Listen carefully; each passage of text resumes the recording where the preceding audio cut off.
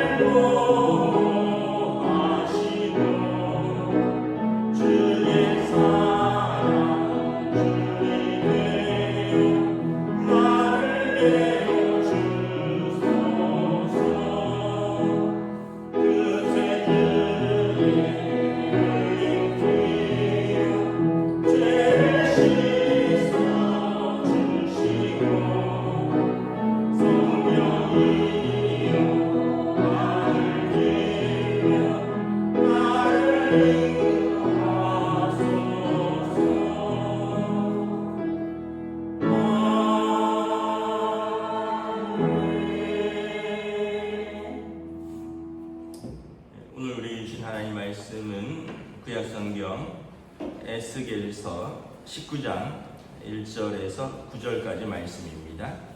에스겔서 19장 1절에서 14절까지 말씀입니다. 다 찾으신 줄 알고 저 여러분들이 한 절씩 교도하도록 하겠습니다. 에스겔서 19장 1절에서 14절까지 말씀입니다. 너는 이스라엘 고관들을 위하여 애가를 지어 부르라. 내 어머니는 무엇이냐? 암사자라. 그가 사자들 가운데 엎드려 젊은 사자 중에서 그 새끼를 기르는데 그 새끼 하나를 키우매 젊은 사자가 되어 먹이 물어 뜯기를 배워 사람을 삼키매 이방이 듣고 함정으로 그를 잡아 갈고리로 꿰어 끌고 애굽 땅으로 간지라. 암사자가 기다리다가 소망이 끊어진 줄을 알고 그 새끼 하나를 또 골라 젊은 사자로 키웠더니 젊은 사자가 되매 여러 사자 가운데 왕래하여 먹이 물어뜯기를 배워 사람을 삼키매 그의 궁궐들을 헐고 성읍들을 부수니 그 우는 소리로 말미암아 땅과 그 안에 가득한 것이 황폐한지라. 이방이 보유하고 있는 지방에서 그를 치러 와서 그의 위에 그물을 치고 함정을 잡아 우리에 넣고 갈고리를 꿰어 끌고 바벨론 왕에게 이르렀나니 그를 옥에 가도 그 소리가 다시 이스라엘 산에 들리지 아니하게 하려 함이라. 내 귀의 어머니는 물가에 심겨진 포도나무 같아서 물이 많음으로 열매가 많고 가지가 무성하며 그 가지들은 강하여 권세 잡은 자의 귀가 될 만한데 그 하나의 키가 굵은 가지 가운데서 높았으며 그 많은 가지 가운데서 뛰어나 보이다가 분노 중에 뽑혀서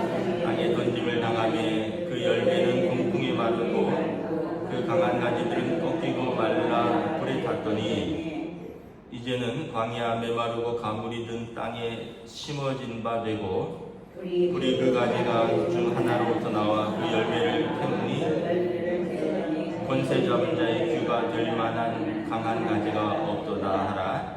이것이 애가라. 후에도 애가가 되리라. 아멘. 할렐루야. 오늘 또 새로운 하루, 새로운 한 주가 시작됩니다. 하나님께서 은혜와 평강으로 함께하여 주시기를 축복합니다.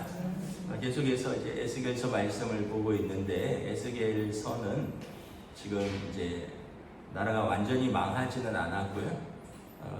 유다의 마지막 왕 시드기야가 한 11년간 통치를 하는데, 이 에스겔서가 이제 선포될 때는 이제 한 5년 정도 남은 시점입니다. 이제 5년 후면 나라가 망하는 거죠. 우리는 이제 역사와 성경을 통해서 알고 있는데, 그 사람들은 5년 후에 나라가 망할 줄은 모르죠. 그래서 아직 그 시간이 많이 있다 이렇게 생각을 하고, 또는 망하지 않을 것이다 생각하고, 또 이미 여호야긴 왕과 에스겔을 비롯한 포로들이 사로잡혀가 있는데, 그 사람들은 자기 죄로 잡혀간 거다 이렇게 생각을 하는 거죠. 그러면서 우리는 안전하다. 그런 속에서 하나님의 에스겔 선지자를 통해서 포로로 잡혀와 있는 사람들에게는 희망을 주는 겁니다. 메시아의 시대가 돌아올 것이고 그때 너희들은 회복될 것이다. 물론 이제 메시아 시대 전에 이제 70년의 포로 생활이 끝나면 고향 고토로 돌아갈 것입니다. 그래서 포로로 잡혀가 있는 사람들에게는 소망을 주고요. 자기 땅에 남아서 동족들을 비웃는 거죠. 잡혀간 쟤네들은 지들 죄 때문에 잡혀간 쟤네들, 우리는 가마 속에 있는 고기처럼 안전하다 했던 너희는 망할 것이다, 회개하지 않으면. 여러분, 뭐 나라가 망해가는데 잡혀가 있는 사람이나 그 땅에 있는 사람이나 뭐 큰 차이가 있나요? 5년 후면 망할 건데 그걸 지금 모르고 있는 거죠. 그래서 지금 에스겔 선지자에게가 이제 애가를 지어서 부르라 말합니다. 1절에 너희는 이스라엘 고관들을 위하여 애가를 지어 부르라. 애가는 이제 슬픈 노래인데 장례식 때 부르는 노래입니다. 장례식 때 부모님 돌아가시면 뭐 이렇게 뭐 옛날에 우리도 그랬잖아요. 뭐 이렇게 애가 이렇게 막 이렇게 슬피 우는 사람들, 곡하는 사람들 사서도 부르고 이랬잖아요. 그러니까 이제 하루 종일 울 수 없으니까 그런 건데, 이제 너희가 애가를 지어서 부르라. 내용은 뭐냐면, 내 어머니는 암사자라는 거예요. 그러니까 이 이스라엘을 비유하는 것입니다. 이제 항상 민족 땅은 이제 여성형입니다. 그래서 이제 여성형으로 표현하는데 암사자입니다. 암사자가 새끼를 기르는데 그 중에 하나를 키워서 이제 잘 키웠습니다. 이제 그 2절 3절에 보면 이제 젊은 사자가 되어서 먹이 물어뜯기를 배워서 이제 다 컸다는 얘기예요. 그런데 이방이 듣고 함정으로 그를 잡아 갈고리를 꿰어 끌고 애굽 땅으로 간지라. 이 여호아스를 말하는 것입니다. 여호아스는 이제 그 유다의 마지막 왕들이 요시야, 여호야하스, 여호야김, 여호야긴, 시드기야 이렇게 되거든요. 그러니까 망하기 이제 한 전에 한 3대 전쯤 왕인데, 이 여호아스는 요시야 왕의 아들인데 그 당시의 강대국은 애굽이었습니다. 애굽. 아버지 바로 요시야가 바로의 느고와 함께, 바로는 파라오죠. 애굽의 왕 느고와 함께 전쟁을 벌이다가 전사를 했습니다. 그리고 와서 여호아하스, 그의 아들 여호아하스가 왕이 되면서 여호아하스가 다시 애굽에 맞서려고 하니까 바로 느고가 침공을 해서 여호아하스를 사로잡아 가는 겁니다. 사로잡아 가고 그 다른 아들 이제 여호야김을 왕으로 세우는 거예요. 그러니까 이 지금 이 젊은 사자를 키웠다라는 얘기는 이 여호야스가 왕이 되어서 좀 힘을 좀 써볼라 하니 애굽이 와서 그를 잡아갔다라는 거예요. 소망이 끊어진 거죠. 그래서 다시 5절에 보면 암사자가 다시 소망이 끊어진 줄 알고 새끼 하나를 또 키웁니다. 그 새끼 하나를 키우는데 이제 이 새끼는 또 젊은 사자가 돼서 힘을 키웠죠. 이 왕은 누구냐 하면 이제 여호야긴, 애굽이 세운 그 꼭두각시 왕이 아니라 그가 죽고 새로 그의 아들인 여호야긴이 됩니다. 여호야긴. 이 여호야긴은 우리는 애굽을 의지하지 않겠다, 바로도 의지하지 않겠다 하고 힘을 기르다가 이번에는 또 하나 바벨론이 6절에 보면 7절에 보면 이제 이방이 포위하고 7, 8절에 보면 그를 또 사로잡아서 갑니다. 그 사자를 사로잡았으니까 어떻게 우리에 넣고 갈고리에 꿰어서 바벨론 왕위를 끌고 가서 옥에다가 넣었죠. 여호야긴 왕입니다. 바벨론의 2차 침공 때 그 에스겔도 같이 사로잡혀간, 지금 포로로 잡혀와 있는 여호야긴 왕입니다. 그리고 바벨론이 그의 숙부인 시드기야를 꼭두각시 왕으로 세우는 것입니다. 그러니까 나라가 엉망인 거죠. 애굽에서 한번 나라를 세우고 바벨론에서 나라를 한번 세우고 자기 힘으로 일어나 보려고 하면 또 와서 치고, 그리고 거기에 꼭두각시로 잘 있으면 좀 살려주고 이러는 지금 마지막에 아주 엉망진창인 나라 상태를 말하는 거예요. 그래서 이제 이 애가를 부릴 수밖에 없죠. 스스로 힘으로 일어서려고 하면 한 번은 와서 애굽이 짓밟고, 스스로 힘으로 일어서려고 하면 한 번은 와서 이제 바벨론이 짓밟고. 우리 예전에 근대 그 구한말에 대한제국의 운명하고 비슷하다 그랬죠. 한번 일어날라 그러면 청이 와서 짓밟고, 한번 일어날라 하면 일본이 와서 짓밟고, 한번 일어날라 하면 또 러시아가 와서 짓밟고, 그리고 이제 미국과 프랑스와 영국이 그 국사책 보시면 이제 와서 그 저기 강화도 쪽에 배를 대고 우리나라에 대포를 쏘면서 땅을 개방해라, 개방해라. 이게 이제 제네럴 쇼머노 사건이거든요.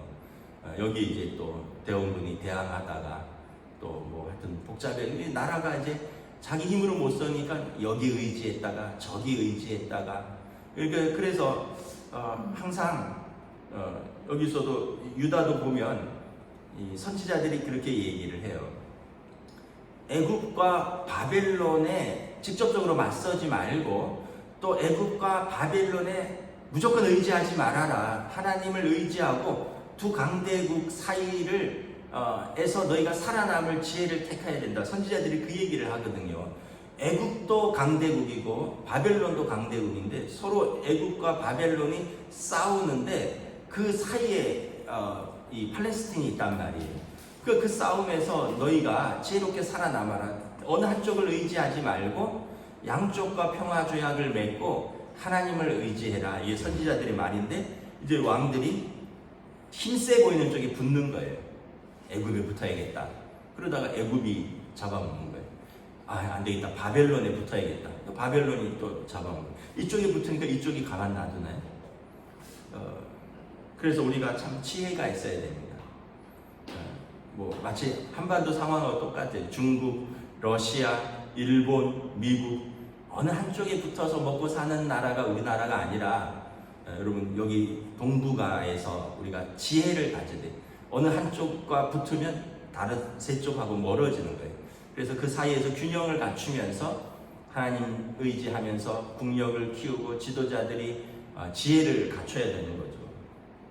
지금 유다의 마지막이 그런 상황이라는 거죠. 결국 10절에 보면 내 피의 어머니는, 그러니까 네 생모라는 거예요. 내 피의 어머니는 유다를 말하는 거죠. 항상 여성형. 물가에 심겨진 포도나무 같아서 물이 많음으로 열매가 많고 가지가 무성하며 그 가지들은 강하며 권세 잡은 자의 귀가 될 만하고 그 중에 하나가 키가 굵은 가지 가운데서 높았으며 많은 가지 가운데서 뛰어나 보인다. 이 이스라엘은 물가에 심겨진 나무라는 것입니다. 이 나무가 물가에 심겨졌으니까 무성하게 가지가 자라고 열매를 맺고요. 그 중에 한 가지는 너무 잘 자라서 규는 임금의 쥐희봉입니다. 이렇게 반듯하게 곧고 이제 똑바르게 자라고 강한 나무죠. 이거는 임금이 잡는 쥐희봉인데 이 규가 굵은 가지 가운데 하나가 나온다는 것입니다. 이 유다 지파 다윗의 후손을 말하는 것입니다. 12지파가 이스라엘에 하나님께서 물가에 심겨서 하나님의 은혜를 공급받아서 잘 자라는데 그 중에 한 나무 다윗의 후손으로부터 왕이 나올 것입니다. 그런데 12절에 보면 이제 그들도 하나님의 뜻을 저버리니 분노 중에 뽑혀서 던짐을 당할 것입니다. 이제 바벨론의 3차 침공으로 인해서 유다는 완전히 멸망할 것입니다. 이게 아무리 반듯하고 이제 강한 가지라도 땅에서 뽑히면 썩어버리는 거죠. 그 열매는 동풍에 마르고 강한 가지들이 꺾이고 말라서 불에 탔다는 거예요. 이게 물가에 심겨 있을 때 강한 가지이지 하나님의 은혜를 공급받고 하나님께 붙어 있을 때 이게 강한 가지이고 왕의 쥐희봉이 될 수 있는 그런 나무지, 이게 거기서 뽑혀버리면 그 말라버리고요 불타는 것밖에 없다라는 거예요. 그래서 이제 거기서 뽑혀서 어디로 갑니까? 13절에 광야 메마르고 가물이 든 땅에 심어진 바 되었다. 그리고 불이 그 가지 중 하나에서부터 나와 열매를 태우니 권세 잡을 자의 귀가 될 만한 강한 가지가 없도다.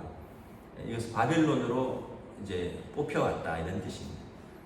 나중에 보면 시드기야 왕도 바벨론으로 사로잡혀옵니다.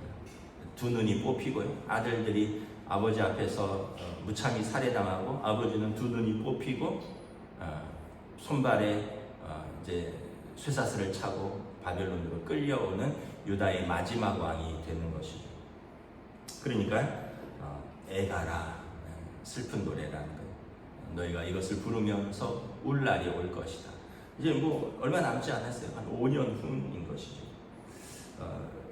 이 에스겔의 이제 선포는 어떤 두 가지 의미가 있습니다. 하나는 계속해서 선포하는데 정신 못 차리는 거예요. 회개하지 않는 거예요. 그럼 어떻게 되겠어요? 그러면 너희는 슬픈 노래를 스스로 부를 수밖에 없다라는 것이고요. 두 번째는 그럼에도 불구하고 이 다윗 언약은 살아 있습니다. 지금 유다의 이 시드기야 왕으로 이제 다윗 언약이 끝나는 것 같지만 이제 이 다시 하나님의 때가 되면 언약을 회복시킬 것이고 이새의 가지에서 한 싹이 나서 그 싹에서 뿌리가 났는데 이것은 예수 그리스도를 말합니다. 아브라함과 다윗의 후손 예수 그리스도. 그분이 이제 유다의 회복, 이스라엘의 회복뿐만 아니라 온 나라의 회복, 온 민족의 회복을 이룰 것입니다. 그래서 어느 한쪽을 의지하는 것이 아니라 하나님을 의지하라. 제가 어제 뉴스를 봤더니 트럼프 대통령이 푸틴 러시아 대통령인가요? 총리인가요? 이 사람하고 회담을 했는데 우크라이나에게 야 돈바스 내주고 휴전해라. 돈바스가 어디냐면 아직 우크라이나 땅인데 이미 러시아가 점령한 지역 다 내주고 거기에 돈바스까지 내주고 남북처럼 남쪽은 우리가 지켜줄게, 북쪽은 저쪽 서쪽이거든요. 그쪽은 러시아한테 주고 전쟁 끝내라. 야 우리 너네 도와주기 지쳤다 이 얘기. 제가 그걸 보면서 야 이 사람 장사꾼이구나. 수백만 명이 죽으면서 나라를 지키려고 싸우고 있는데 푸틴 한번 만나더니 무슨 장사 속을 또 협정을 했는지 몰라도 야 우크라이나의 그 3분의 1을 가져가는 거예요. 그리고 휴전해라. 나머지는 우리가 지켜줄게 이러는 거예요. 그 젤렌스키가 죽도록 싸우겠다 이러잖아요. 어느 강대국을 믿을 것이 아니에요. 지금은 여러분 자기 나라는 자기가 지켜야 되는데 우리가 연합과 동맹과 지혜와 이 모든 것이 다 필요하고요. 특별히 하나님께 지혜를 구하는 은혜가 필요한 것이죠. 다시 한번 우리가 광복절을 지났는데 우리가 하나님 앞에서 쓸데없이 남의 나라 국기, 뭐 이스라엘 국기, 뭐 미국 국기, 뭐 중국 국기 뭐 이런 거 흔들 게 아니라 우리가 하나님 앞에서 이 나라 위 민족 우리 선열들이 생명을 다해서 피땀 흘려서 바친 생명 구한 이 나라를 우리가 구하고 또 이 기도하고 또 이를 위해서 지금 우리 아들들이 군복무하고 있잖아요. 이를 위해서 우리가 힘써야 할 것입니다. 기도하겠습니다. 하나님 은혜를 감사합니다. 오늘 주신 말씀을 통해서 다시 한번 유다의 그 마지막 젊은 사자를 키워서 힘있게 일어서려고 하면 애굽이 와서 짓밟고 잡아가고 또 다시 한번 일어나려고 하면 바벨론이 와서 짓밟고 잡아가는 속에서 결국은 물가에 심겨진 나무가 그 물을 공급하는 하나님의 은혜를 저버리니 그들이 뽑혀서 마른 나무가 가지가 되어 바벨론에 심겼다. 이것이 너희가 부를 애가라 말씀하고 있습니다. 하나님 앞에서 우리가 민족이 살아가야 할 길, 나아가야 할 길, 참 지혜를 얻어야 할 길들을 우리가 기도하면서 또 정치인들이 또 우리가 자주국방을 이루고 또 우리 개개인 한 사람 한 사람들이 깨어서 무능하고 탐욕적인 정치인들에게 시민들이 깨어서 경고의 메시지를 보내면서 우리 하나님께서 이 나라를 보호하시고 지켜주시는 대한민국 될 수 있도록 우리들이 함께 세워나갈 수 있도록 은혜 베풀어 주시옵소서. 감사를 드리오며 우리 주 예수 그리스도 이름으로 기도드리옵나이다. 아멘. 하늘에 계신 우리 아버지의 이름을 거룩하게 하시며 아버지의 나라가 오게 하시며 아버지의 뜻이 하늘에서와 같이 땅에서도 이루어지게 하소서. 오늘 우리 일용할 양식을 주시고 우리가 우리에게 잘못한 사람을 용서하여 준 것 같이 우리 죄를 용서하여 주시고 우리를 시험에 빠지지 않게 하시고 악에서 구하소서. 나라와 권능과 영광이 영원히 아버지의 것입니다. 아멘.